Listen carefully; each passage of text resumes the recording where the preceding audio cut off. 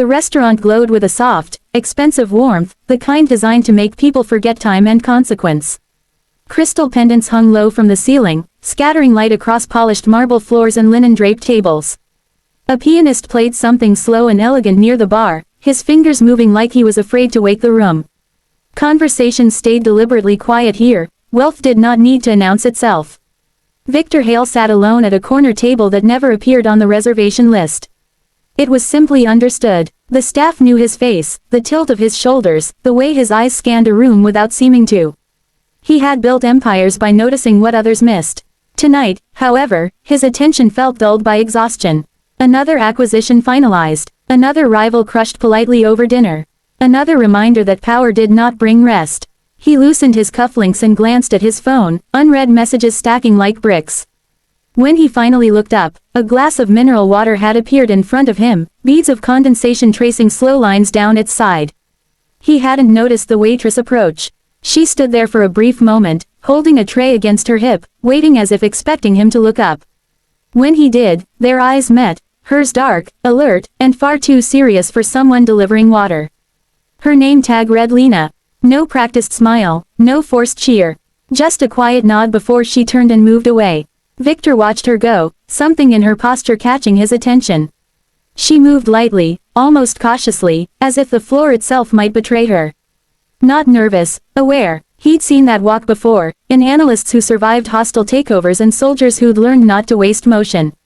Across the room, at the bar, a man sat alone with his back half turned toward Victor's table. He wore an expensive jacket that still managed to look borrowed, his shoulders tight, his foot tapping just a little too fast against the brass rail. He lifted his phone, pretended to scroll, then lowered it and glanced at Victor's reflection in the mirror behind the bottles. Victor felt the faintest tightening in his chest. Old instincts stirred. He reached for the glass. The coolness pressed into his palm, grounding him. He lifted it slowly, eyes still on the room, the habit of someone who never truly relaxed. The man at the bar shifted. The pianist struck a wrong note and corrected himself immediately. Then Lena was back. She appeared at Victor's side so suddenly it was as if she'd stepped out of the air itself. Without a word, without even meeting his eyes, she reached out and gently took the glass from his hand. Victor froze. Before he could react, she set another glass in its place, identical in every way. Same condensation, same clarity, same placement, aligned perfectly with the edge of the table. Her fingers trembled, just barely.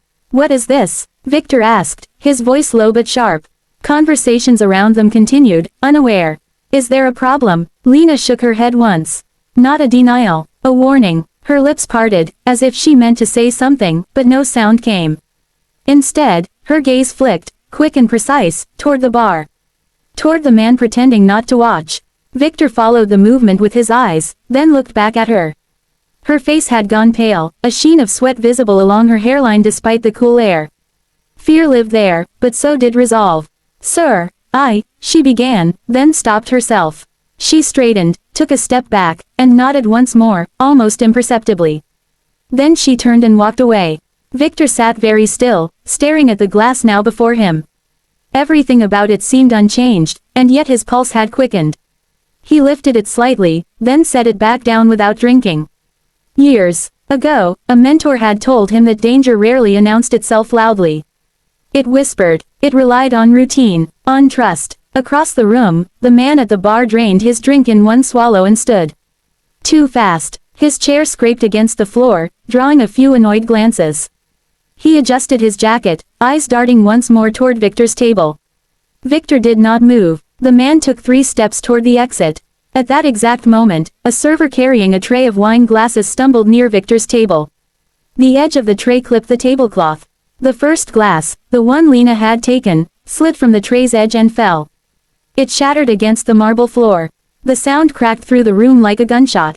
Clear liquid spread outward in a shimmering pool, and with it came a sharp, unnatural scent, bitter, metallic, wrong. Heads turned. The pianist stopped playing mid-note. A sommelier near the service station inhaled and went rigid. "That's not mineral water," he whispered, backing away. The man at the bar bolted. Chairs scraped. Someone shouted. Security moved in a blur, blocking exits, hands already on radios. The air filled with tension and confusion, the elegant calm of the restaurant collapsing in seconds. Victor remained seated, He stared at the spreading liquid, at the fragments of glass catching the light, at the faint chemical fumes rising like a warning no one could ignore. His heart pounded, not with fear, but with clarity. He slowly turned his head toward the kitchen doors. They swung back and forth from the rush of staff, but Lena was nowhere among them. For the first time that night, Victor Hale understood how close death had been, and how quietly it had been pushed away by a woman who hadn't raised her voice, hadn't demanded attention, hadn't waited for permission. She had simply switched the glass. Cold air struck Victor's face as he stepped out through the rear exit, the noise of the restaurant muffled behind thick metal doors. The alley was narrow and dim, lit by a single flickering security light that buzzed softly above overflowing crates and damp cardboard.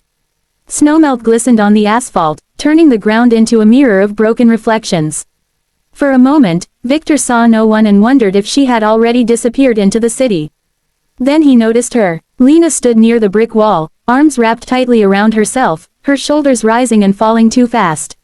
She had taken off her apron and dropped it beside a trash bin, as if shedding the last trace of the room she'd just fled. Her eyes were fixed on the ground, lips moving silently, counting breaths or prayers, Victor couldn't tell which.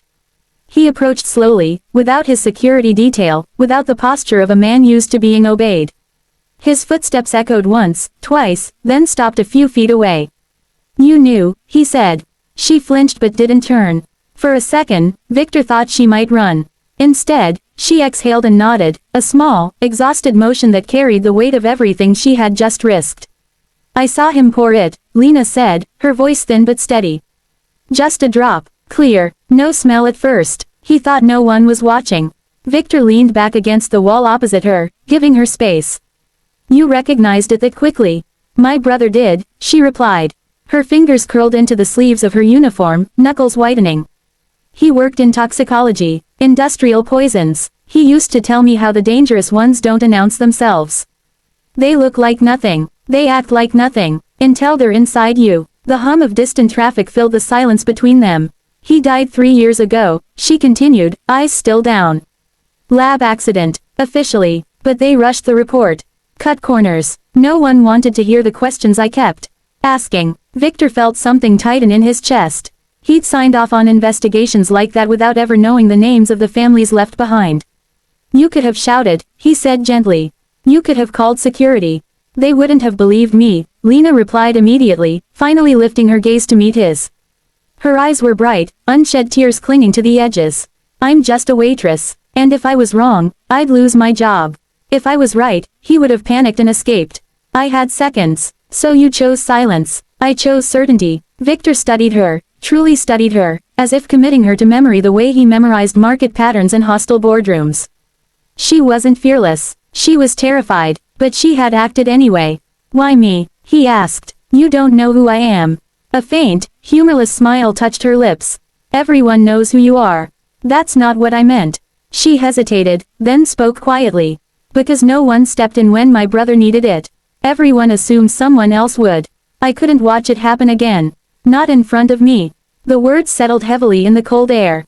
From inside the restaurant, muffled voices and the crackle of radios drifted out. Sirens wailed somewhere in the distance, growing closer. The city was already moving, responding, too late to matter. Victor removed his coat and stepped closer, draping it over her shoulders before she could protest. She stiffened, then relaxed as the warmth sank in. "You saved my life," he said. Not as a dramatic statement, but as a fact. "And you did it without asking for recognition. Without making a sound." Lena swallowed. "I don't want anything," she said quickly. I needed you to know why." Victor nodded. "I do." They stood there as snow began to fall lightly, the flakes catching in Lena's hair and on the dark wool of Victor's coat. For the first time in years, he felt the ground beneath him not as an asset or a threat, but as something real. Security finally appeared at the alley entrance, slowing when they saw Victor's raised hand. He turned back to Lena. "They'll take statements," he said. "It will be uncomfortable. Reporters will find out. People will talk." "I know," she said. Her shoulders squared beneath the coat. "I'm not afraid of that." Victor believed her. "What are you afraid of?" he asked. She considered the question. "That it won't matter. That it will all be forgotten." Victor shook his head. "It won't be. By dawn, the man from the bar would be in custody. By noon, the attempted poisoning of Victor Hale would dominate the news cycle. Analysts would speculate. Enemies would panic. Allies would send hollow messages of concern. But Victor would remember something else. He would remember a waitress who noticed what others ignored. Who acted when silence was safer than speaking. Who changed the course of a life, not with power or wealth, but with awareness and courage. As the security team led him away, Victor looked back once more. Lena stood in the alley, coat wrapped around her, watching the snow fall with a calm that hadn't been there before. He knew, with absolute certainty, that saving his life was only the beginning of how she had changed it.